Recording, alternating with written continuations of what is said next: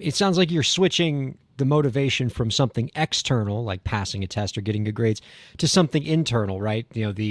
The idea of just self-improvement, of becoming an expert in something, and how that is inherently motivating. You don't need that external source of motivation, because whenever we get better at something and we sense it, it's motivating and we want to learn more and we want to keep improving. I mean, it's the reason why for a lot of kids, video games are so darn addictive, because it provides that constant internal motivation, that sense of progression that's baked into the bread of something like competency-based education. That's really, really fantastic stuff.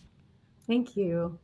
Let me take a step back, though. For the teachers out there who are perhaps just hearing of competency-based education for the first time, or maybe heard a little bit about it when they were in a teaching training program but have never really had a chance to fully implement it, what advice would you give to teachers who are just sort of dipping their toe in the water? They like what they've heard during this conversation today and want to know what maybe the first steps are to start maybe sprinkling some competency-based education into a couple of their lesson plans or into their curriculum. Where might they start? I love that question. Well, a great place to start is to get your hands on the framework itself. You can download that for free. You shared the website earlier.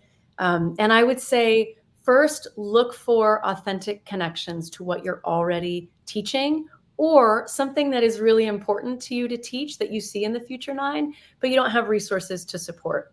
Secondly, I would say think of the competency framework, and in particular, the skill progressions, as sort of a go-to reference for either designing your learning experience, designing your assessment, or planning scaffolding to make sure that those more rigorous, meaningful, authentic learning experiences can actually support young people in accessing that through understanding, right, transparency about what the skills are and how they develop, understanding where they are in the journey, providing feedback.